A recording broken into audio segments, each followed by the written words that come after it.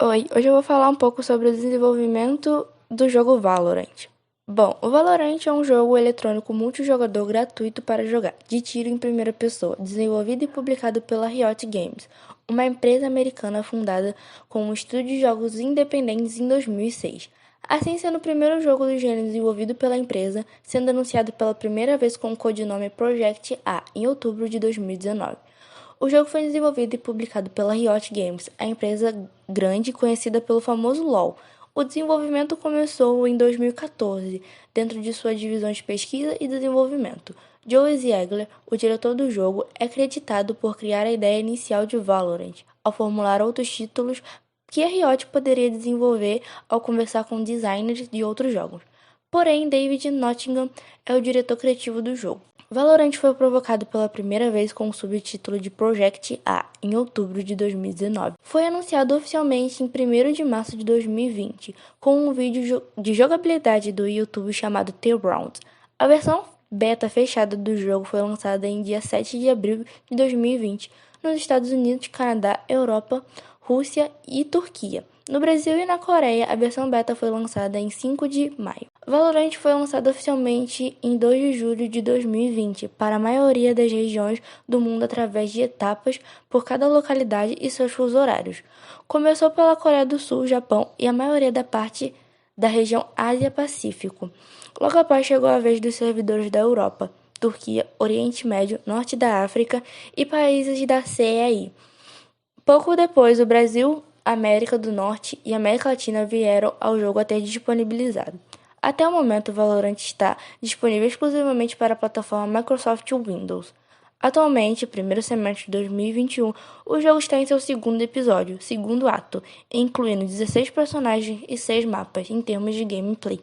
Durante a sua experiência nas partidas, é possível adquirir 18 armamentos diferentes, além do jogo ser bem desenvolvido com esporte, tendo times como T-Vikings, Shark Sports, T-Liquid e entre outros. Depois de seu lançamento oficial, 3 modos do jogo foram adicionados: a disputa de Spike, mata-mata e o mais recente, replicação. Eu vou falar sobre Valorant e como ele funciona. Bom, basicamente o Valorant consiste em uma arena 5 contra 5, em que as equipes se revezam para plantar e desarmar a Spike. A Spike é uma espécie de bomba. O jogo conta com agentes com habilidades únicas, que dão uma possibilidade de gameplay estratégica, um pouco diferente. Cada jogador tem apenas uma vida por round. Se for abatido, você precisa esperar a próxima rodada para ajudar a sua equipe. Vence o time que somar 13 rounds primeiro. No início de cada rodada, você pode comprar armas e habilidades, com isso realizar alguma jogada diferente. De maneira simples e direta, o time que estará do lado atacante terá que escoltar a bomba para que ela seja plantada em lugares determinados no mapa, A, B ou C.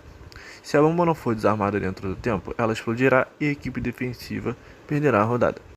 Bom, falando um pouco sobre as curiosidades do jogo, eu vou falar sobre a história por trás do jogo. Quando se trata de história do próximo jogo de tiro em primeira pessoa competitivo da Riot Games, o Valorant, a desenvolvedora quer contar a história de um mundo em evolução. A Riot quer manter a narrativa do Valorant em jogo, de acordo com uma entrevista com o diretor criativo, David Nottingham. Existe a construção de um mundo fora do jogo, como uma explicação básica de como os personagens obteve seus poderes e quem eles são. Mas a maior parte do jogo será contada em um mundo em evolução que mudará o jogo à medida que progride. O diretor criativo disse que a maneira como a Epic Games implantou mudanças no mundo e na narrativa do Fortnite, geralmente sem perturbar a jogabilidade principal, é algo que Nottingham, o diretor criativo do jogo, acha um bom exemplo dessas ideias. Fortnite não tem muito em termos de uma história tradicional, exceto em alguns tramas e personagens que aparecem e afetam o jogo alterando os seus mapas, as localizações e armas. Essa abordagem de Valorant em contar histórias podem acabar sendo semelhantes, segundo o diretor criativo do Valorant.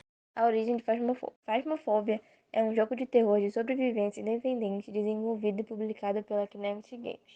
O jogo recebeu um grande influxo de popularidade no mês seguinte ao seu lançamento devido a muitos streamers e youtubers muito conhecidos terem jogado, principalmente na temporada de Halloween. Forma de jogar e onde jogar. Por enquanto, Phasmophobia está disponível apenas para PC. Usuários podem jogá-lo também em realidade virtual, com suportes aos principais visores do mercado. No momento, a produtora Kinect Games não mencionou a possibilidade de versões para consoles e parece estar focada em terminar a versão completa do jogo para computador. Como o jogo funciona? Um grupo de até 4 participantes inicia o jogo entrando em um local assombrado como caçadores de fantasmas, tendo que coletar informações e evidências para comprovar a atividade paranormal nesse local. A comunicação entre eles é feita por um rádio. Em cada nova partida, novos fantasmas com nomes, habilidades e características diferentes são gerados. Durante a investigação, os jogadores coletam fotos, impressões e gravações de voz, explorando o comportamento dos fantasmas. Em todo jogo, eles têm o risco de morte por conta dessas assombrações. O jogador consegue subir de nível e ganhar dinheiro para adquirir novos equipamentos no final de cada investigação, mas isso apenas se seu trabalho for bem feito. Possui também algumas missões opcionais, onde geram recompensas maiores e deixam o jogo ainda mais divertido, como testemunhar algumas atividades paranormais, limpar as energias do local e descobrir qual foi o exato fantasma que o assombrou. A função mais interessante é conseguir falar com alguns fantasmas para que eles reajam.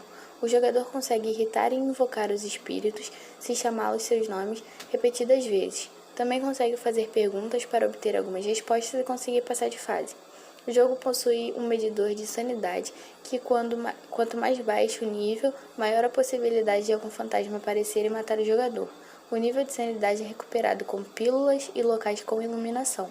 Quando o jogador morre, o seu rádio de comunicação fica mudo e ele não consegue se comunicar com os outros. O jogador volta como fantasma e consegue ver os fantasmas do jogo também, mas não há nenhuma função específica para ele.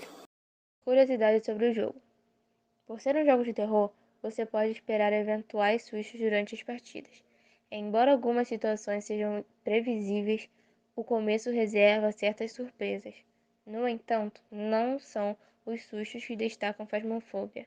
Assim que os jogadores entram na casa assombrada, eles ouvem um zumbido agudo, criando um clima totalmente desagradável, logo no começo. Além disso, o chat tem um som similar aos de walkie-talkie, ou seja, chiado e por vezes falho. Outro detalhe que faz diferença em Phasmophobia é que você precisa ter bastante cuidado com o que fala no chat, pois o jogo deixa claro: os fantasmas estão sempre ouvindo.